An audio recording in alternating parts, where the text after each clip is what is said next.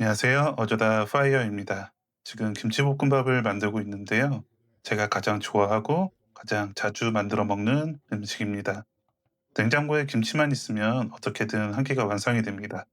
대단한 재료가 없어도 되고 실패할 확률도 적고 배가 고픈 날에 무엇보다 든든하게 채워주는 그런 음식입니다. 그렇게 화려한 음식도 아니고 누군가에게 자랑하고 싶은 음식도 아닐 거예요. 근데 이상하게도 질리지 않고 오래 찾게 됩니다. 파이어를 하고 난 뒤에 저는 문득 이런 생각이 들었습니다. '내가 꿈꾸던 삶도 어쩌면 이 김치볶음밥 같은 모습이어야 하는 건 아닐까?'라고요. 남들이 보기엔 특별하지 않아 보여도 막상 살아보면 편안하고 내 방식대로 조절할 수 있고 무리하지 않아도 오래 지속되는 그런 삶을 말하는 겁니다. 오늘은 제가 워파이어를 하면서 걱정됐던 세 가지 질문에 대해서 이야기를 해 보려고 합니다. 물론 파이어를 준비하는 분들은 당연한 이야기라고 생각을 할 거예요. 왜냐하면 많은 고민을 하고 계획을 짜고 준비를 하실 거거든요. 근데 저는 준비도 계획도 없이 갑자기 찾아온 사람이라는 걸 감안해서 들어줬으면 좋겠습니다. 첫 번째는 어디서 살아야 하지였습니다. 파이어를 생각할 때 가장 먼저 떠오르는 건 집이었습니다. 저는 돈보다 먼저 내 공간이 있어야 되는 사람이라고 생각을 하며 살아왔거든요. 왜냐하면 저는 사실 지금까지 살면서 단 한 번도 제 방을 가져본 적이 없었기 때문입니다. 물론 지금은 치료 때문에 수도권에서 누나 집에 머물고 있지만 언젠간 저도 혼자 나가서 살아야 합니다. 그래서 부동산을 찾아보게 되었고 현재 익숙한 이 생활권의 집이 평균 3억 정도였습니다. 그러면 남은 2 억으로 앞으로의 시간을 버텨야 한다는 그런 결론이 나오더라고요. 근데 그 숫자를 보는 순간 저는 좀 깨닫게 되는 게 있습니다. 파이어는 단순히 얼마를 모았느냐의 문제도 당연히 중요하겠지만 내가 어디까지 내려놓을 수 있느냐가 중요하다는 걸 알게 되었습니다. 유튜브에서 5 억이면 가능하다, 뭐 6 억이면 충분하다, 이런 분들의 영상을 좀 많이 찾아보게 됐습니다.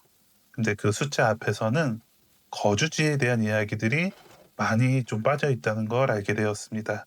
그래서 부동산을 진지하게 보기 시작했고 수도권 안에서만 답을 찾았을 때는 좀 모든 문이 좀 닫혀 있다는 것 같았는데 시야를 넓혀서 지방까지 보게 되니까 생각보다 많은 문이 열려 있다라는 걸 알게 되었습니다.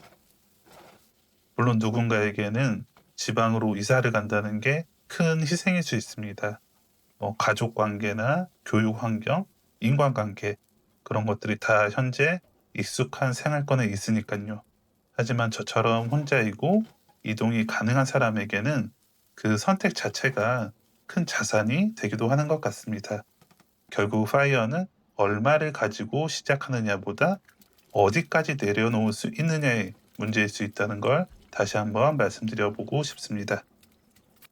두 번째는 한 달에 얼마로 살 수 있을까라는 생활비였습니다. 많은 분들이 먼저 묻습니다. 얼마를 모아야 파이어가 되나요? 근데 막상 그 안으로 들여다보면은 더 중요한 질문이 있습니다. 나는 얼마로 살아갈 수 있는 사람인가?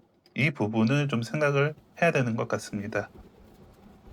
사실 저는 그동안 제 생활비를 잘 몰랐습니다.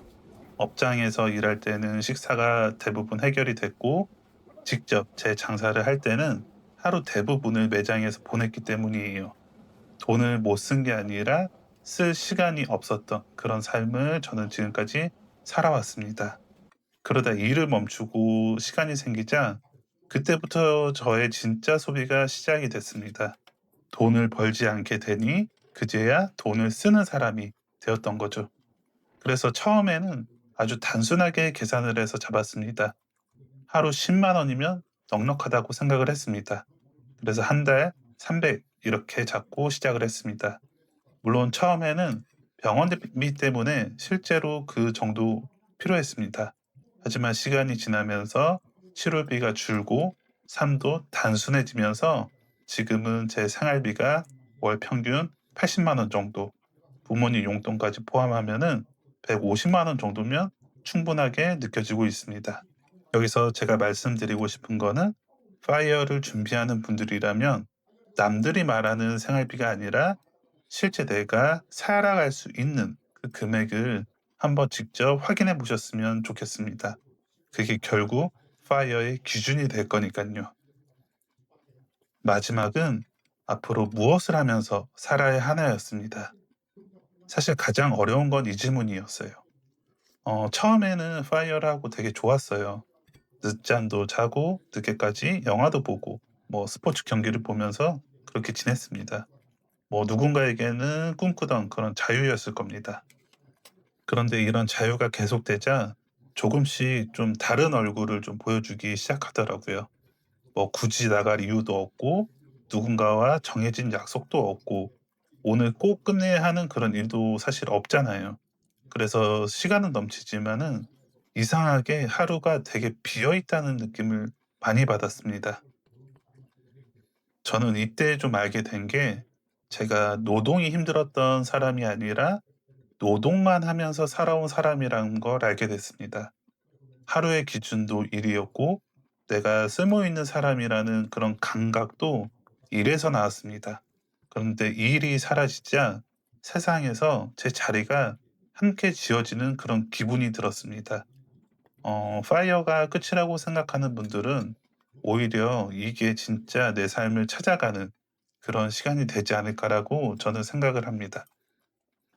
그래서 저는 아직도 내가 누구인지, 내가 무엇을 좋아했는지, 그리고 아침에 왜 일어나야 하는지를 끊임없이 답을 찾아가고 있는 중입니다. 뭐 그래서 예전부터 제가 관심 있었던 현재는 공부를 하고 있고 서툴지만 이렇게 유튜브도 지금 해 보고 있습니다.